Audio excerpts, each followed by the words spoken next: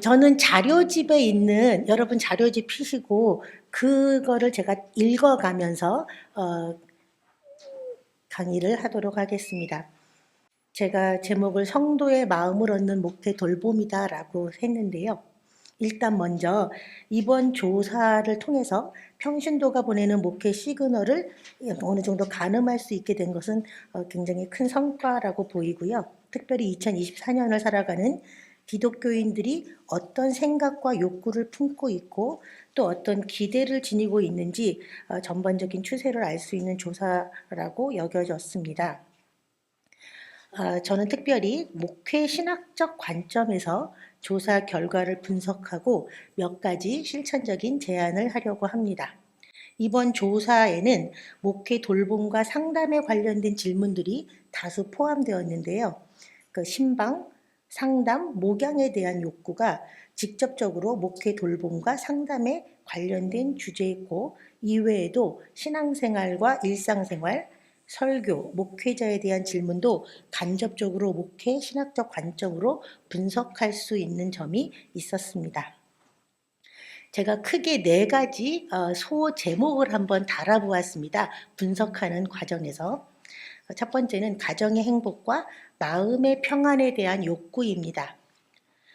신앙과 일상생활에 대한 욕구에서 가정의 행복, 마음의 평화와 안정, 육체적 건강에 대한 관심이 굉장히 높았고요.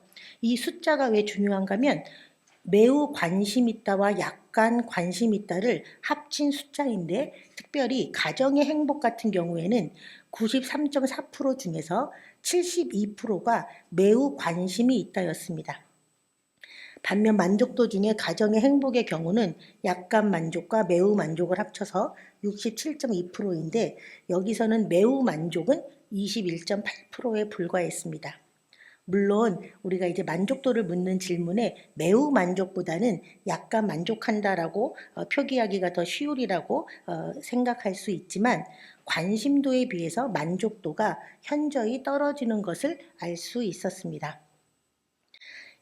개신교인의 관심도와 만족도가 카톨릭 교인이나 다른 종교인, 무종교인과 비교할 때 어떤 차이가 있을지 이 조사를 보면서 궁금했지만 그냥 별로 차이가 없을 것 같다라는 생각도 해보았습니다. 그렇다면 오늘날 한국인이 가정의 행복, 마음의 평안과 위로, 육체적 건강에 대한 지대한 관심을 두고 있다라고 이해할 수 있고 교회는 이러한 관심도와 욕구에 얼마나 부응했는지 검토할 수 있어야 한다라고 생각합니다. 물론 신앙생활의 목적이 이러한 개인적 욕구의 충족은 아니고 또한 거룩하고 도덕적인 삶이나 이웃에 대한 섬김과 봉사의 삶을 강조하는 교육과 안내가 필요한 것도 사실입니다.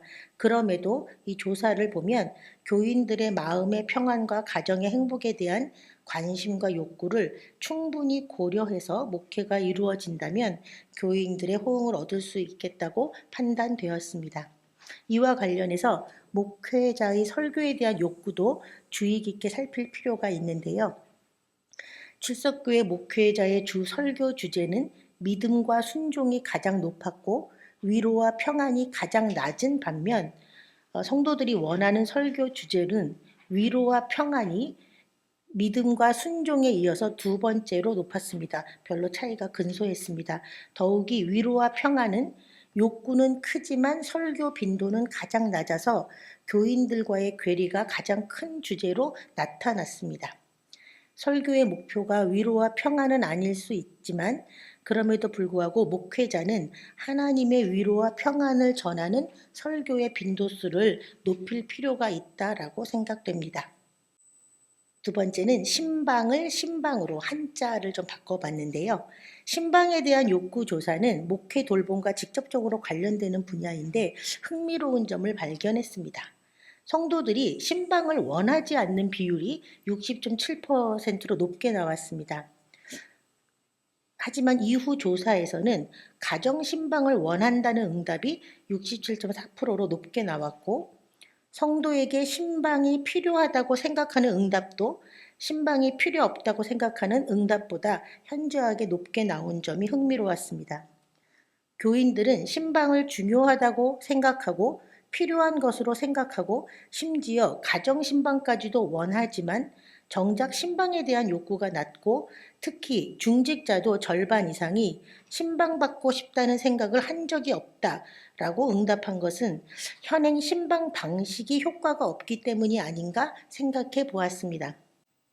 예를 들어 대신방 기간의 신방처럼 시간이 짧아서 깊은 이야기를 할 시간이 없고 형식적이라고 느껴지거나 또 여러 사람이 우르르 참여하는 방식의 신방처럼 그 개인이 속마음을 이야기할 수 없는 분위기라면 신방의 의미가 감소될 수 있다라고 생각합니다.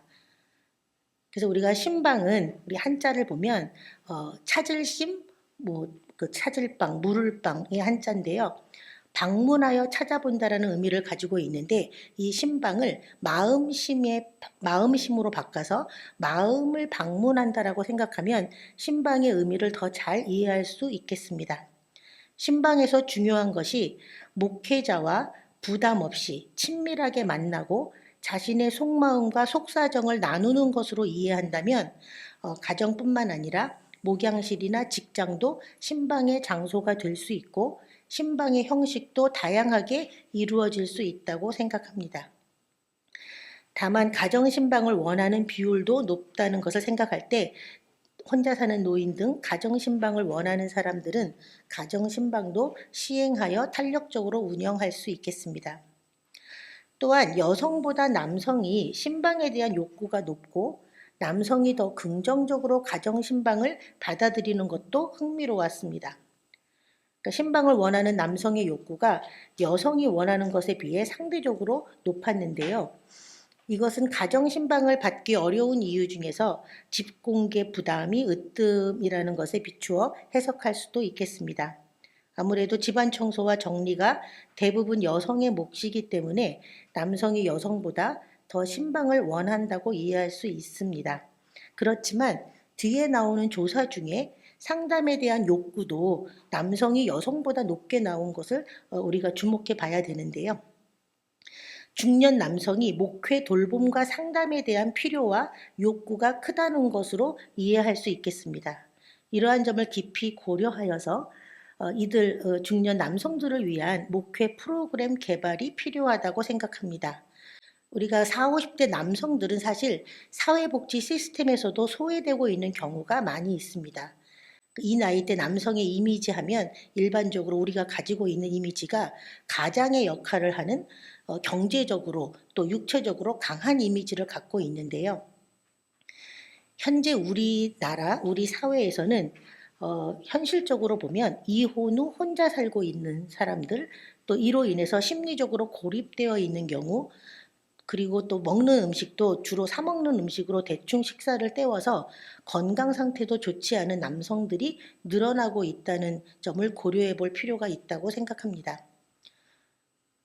중년 남성들이 일반적으로 지금까지는 교회 일에 소극적이라고 생각하고 처음부터 교회 활동이나 모임에 제외하는 경우도 종종 있는데요. 중년 남성 성도들을 좀 더 적극적으로 만나고 교회 모임에 참여할 기회를 만들어주는 것이 필요하다고 생각합니다. 그래서 성경 공부 같은 그런 반 외에도 색소폰, 찬양 동호회라든가 국내 성지 여행 동호회 등 그 남성들의 흥미를 끌 수 있는 다양한 활동 모임을 만들어 볼 수 있겠습니다. 특별히 은퇴한 중년 남성의 경우 역할과 정체성의 상실로 마음이 허전하고 혼돈을 경험하면서 심리적으로 많이 위축되기 쉬운데 이런 경우에 작은 일이라도 역할을 맡기는 것이 참여도를 높이는 데 도움이 된다고 생각합니다. 우리 상담에서도 단주 모임이나 이렇게 중독자 모임에 참여자들이 참여율이 왔다가 이제 안 나오는 그런 경우들이 있는데 이럴 때 그 참여자들에게 아주 작은 거, 의자 정리나 책 정리 같은 작은 일을 맡기면 중도 탈락하는 비율이 현저히 줄어드는 것을 우리가 볼 수 있습니다. 그런 의미에서 교회에서 남성들에게도 작은 일이라도 이렇게 주어서 참여할 수 있도록 하는 것이 도움이 될 수 있다고 생각합니다. 그 다음은 상담과 목회자의 활용 가능성에 대한 건데요. 그 상담에 대한 욕구 조사도 굉장히 흥미로웠어요. 제가 목회 상담 교술에서 했는데 우선 상담에 대한 욕구가 없다가 있다보다 높았습니다. 그리고 그런데 응답자들은 다른 사람들보다는 출석교회 목회자에게 상담받기를 원한다라고 대답을 했고요. 실제로 응답자의 반 이상이 출석교회 목회자에게 상담받은 경험이 있었다라고 대답을 했습니다. 그래서 상담 욕구가 있지만 목회자에게 받고 싶지 않다는 응답도 152명이나 되었고요. 그 이유로 3순위이긴 해도 나의 문제가 다른 사람에게 알려질 것을 우려한다라는 것이 있는데 이 점은 이제 우리가 상담에서 그 비밀 보장이라는 것을 생각해서 눈여겨볼 만하다고 생각합니다. 출석교회 목회자의 상담은 그 조사에서 보면 전반적으로 긍정적으로 받아들여지고 있다고 보였습니다. 목회자가 경청하는 자세로 상담을 했다. 91.1%였고요. 상담 후에도 관심을 가졌다. 이런 응답이 압도적으로 많았습니다. 하지만 공감보다는 가르치려고 했다든지 실망하거나 상처를 받았다 혹은 상담 내용을 다른 사람이 알고 있었다는 반응도 없지 않았습니다. 하지만 상담이 문제 해결에 도움이 되었다와 문제 해결은 되지 않았지만 상담한 것만으로도 위로와 힘이 되었다는 응답 결과가 나왔는데요. 이런 결과는 출석교회 목회자의 상담이 효과적이라는 것으로 보여진다고 생각합니다. 또한 상담 경험률이 49명 이하의 교회에서 상대적으로 높고 1000명 이상 교회에서 가장 낮은 것은 이해할 만한데요. 이것은 규모가 작을수록 목회자와 교인이 상대적으로 친밀하게 지낼 수 있다는 것을 시사한다고 보여집니다. 조사를 보면서 제가 특별히 주목했던 부분은 특히 목회자에게 상담받지 않는 이유로 이러한 문제로 상담해도 되나? 목회자에게 부담을 주는 것 같아서라는 응답이 많았었다는 점입니다. 이 부분은 우리가 깊이 성찰할 필요가 있다고 생각합니다. 목회자의 돌봄과 상담에서 가장 중요한 자원은 활용 가능성, availability라고 하는데요. 이 활용 가능성이라고 저는 생각합니다. 이것은 교인들이 인생이나 신앙에 문제가 있을 때 목회자가 활용 가능한 자원이 되어야 한다는 뜻인데요. 이 말이 어떠한 경계나 제한 없이 목회자에게 도움을 요청할 수 있어야 한다는 말은 아니지만 중요한 것은 도움을 필요로 하는 사람들이 목회자가 곁에 있고 의지할 수 있는 사람이라는 사실을 확신할 수 있어야 한다고 생각을 합니다. 덧붙여서 이 조사를 제가 보면서 여기서 조사할 때 상담이라고 되는 그 부분은 제가 생각하는 전문적인 목회 상담이라기보다는 교인들이 문제가 있을 때 목회자와 개인적으로 의논하는 것, 이것을 상담이라고 이해하는 것 같습니다. 이러한 방식의 상담은 목회 돌봄의 영역에 속한다고 보여지고요. 이 경우 목회자는 전문 심리 상담을 하려고 하기보다는 어려운 상담으로 인해 방향을 잃고 헤맬 때 우리가 그러니까 모퉁이를 돌아 새로운 방향으로 나가도록 돕는 것처럼 교인들이 자기 문제에 대한 새로운 통찰과 관점을 얻도록 돕는 정도의 돌봄의 역할, 이 정도의 돌봄이 필요하다고 생각합니다. 다시 말해서 문제 해결보다는 목회자와의 만남과 돌봄의 시간 동안 교인이 안전하고 든든한 지지를 경험하도록 돕는 데 주안점을 두는 것이 중요하다고 생각합니다. 또한 필요한 경우에 그 문제에 대해서 전문가의 도움을 받을 수 있도록 성도들의 마음을 준비시키는 것, 이것도 중요한 돌봄의 차원임을 강조하고 싶습니다. 마음을 얻는 목양. 목회자의 관심과 돌봄에 대한 욕구는 있다가 없다보다 많긴 하지만 보통이라는 응답이 가장 많았습니다. 목회자의 관심과 돌봄을 받는다고 느끼냐는 질문에 대해서도 마찬가지로 나오고요. 또 신방보다는 기도 요청과 상담 내용의 결과에 대한 관심, 교인 상담과 신앙에 대한 관심, 반가운 인사가 중요하다고 대답을 했습니다. 반면 목양을 받지 못한다고 느낀 교인들은 사무적이고 형식적인 인사, 가족과 신상 변화에 대한 무관심, 자기 이름을 모르고 또 정기 신방 이외에 다른 신방이 없는 것들을 들어서 이야기를 했습니다. 이것은 신방과 같은 프로그램보다는 일상적인 목회 관계, 즉 인사와 관심과 이름 기억 등이 교인 입장에서는 목회 돌봄의 중요한 요소가 될 수 있다는 것을 보여준다고 생각합니다. 그래서 목회자뿐만 아니라 교인 전체가 반갑게 인사하는 분위기를 만들거나 또 저희 상담 일지처럼 교인 돌봄 일지를 작성해서 다음 만남에서 어떤 내용들이 이 사람을 가지고 있는 그 상황들을 기억하는 구체적인 변화가 필요하겠다고 생각합니다. 저는 이러한 변화가 마음을 얻는 목양의 시작이 될 수 있다라고 생각합니다. 이번 조사에서 나타난 긍정적인 면은 교인들이 출석교회 목회자가 자신들의 관심과 필요를 잘 알고 있고 이를 충족하기 위해 노력한다고 느끼고 있다는 점입니다.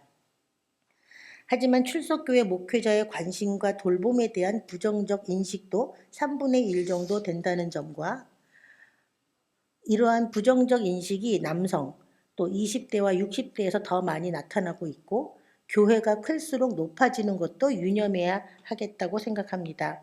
한편 대형교회 교인들이 목회자가 자신들의 관심과 필요를 위해 노력한다고 느끼면서도 목양에 대한 부정적 인식도 높다는 것은 좀 더 면밀한 분석이 필요하다고 보여집니다. 그 조사를 제가 쭉 보면서 이제 나가는 말인데요. 목회 돌봄과 직접적으로 관련되는 신방과 상담과 목양 세 주제를 종합적으로 살펴보았는데요. 교인들의 욕구 자체가 적은 것이 굉장히 흥미롭고 눈에 띄었습니다. 그 이유는 교인들이 신방이나 상담을 받을 만한 특별한 문제가 있다고 생각하지 않거나 또는 문제가 있더라도 교회나 목회자에게 도움을 구할 필요가 없다고 느끼기 때문이 아닌가 생각합니다. 만약 후자가 다수라면 목회자나 교인들이 목회 돌봄에 대한 인식이 낮기 때문은 아닌지 물을 수 있겠다고 생각했습니다. 제가 만난 여러 학교에서 만나는 또는 다양한 목회자들 중에서 많은 경우에 설교나 행정은 마음을 쓰고 연구하고 시간을 들이는 반면 목회 돌봄은 교인들이 찾아와 도움을 요청할 때 그때그때 주어지는 대로 응답하는 정도의 소극적인 수준에 머물러 있는 것을 제가 종종 발견합니다. 또 이런 이유로 무한 경쟁의 사회 속에서 돌봄의 가치가 평가절하되고 또 가부장주의의 문화의 영향으로 양육이나 돌봄은 여성의 영역으로 열등하다고 여겨진다는 점이 우리가 참고해야 될 부분이라고 생각합니다. 그런 의미에서 교회에서도 신방이나 교인 돌봄이 여성 전도사나 사모의 영역으로 생각하는 경향에 대해서 다시 한번 잃어버린 한 마리 양을 찾아 나서는 목자의 비합리성, 양들을 위해 자기 목숨을 버리는 목자의 마음을 기억할 필요가 있다고 생각합니다. 바울은 교인들에게 하나님의 복음뿐 아니라 목숨까지도 나눠주는 것을 좋은 일로 여겼고 누군가 약할 때 자신도 약해지고 누군가 죄의 유혹에 걸려 넘어질 때 애태우며 걱정했습니다. 이러한 목자의 마음으로 목회 돌봄이 생생하게 이루어진다면 신방과 상담과 목양에 대한 기대와 욕구도 더 높게 나타나지 않을까 생각해 봅니다. 이러한 목회를 구심, 즉 마음을 얻는 목회라고 부르고 싶습니다. 교인들의 마음을 얻는 목회는 목회자상 조사에서도 잘 드러나고 있는데요. 인품, 인격과 성도에 대한 관심과 사랑을 갖추고 많은 사람의 의견을 수렴하여 결정하고 섬김의 종으로 사역하는 목회자, 이렇게 할 때 마음을 얻는 목회자가 될 것이라고 생각합니다. 마지막으로 목회 돌봄은 목회자만의 사역이 아니라 교회 공동체 전체의 사역이라는 것을 기억할 필요가 있겠습니다. 교회는 그리스도의 몸이요 각 사람은 그리스도의 지체이며 교회는 한 지체가 고통을 받으면 모든 지체도 함께 고통을 받고 한 지체가 영광을 얻으면 모든 지체도 함께 즐거워하는 곳입니다. 또한 교회 공동체는 서로 짐을 지고 서로 뜨겁게 사랑하며 친구를 위해 목숨을 내놓으신 그리스도처럼 형제를 위해 목숨을 버리고 즐거워하는 자들과 함께 즐거워하고 우는 자들과 함께 우는 곳이어야 합니다. 이런 공동체의 하나님 나라가 구체적으로 현존하며 교회는 하나님 나라의 표지가 될 것이라고 생각합니다. 감사합니다.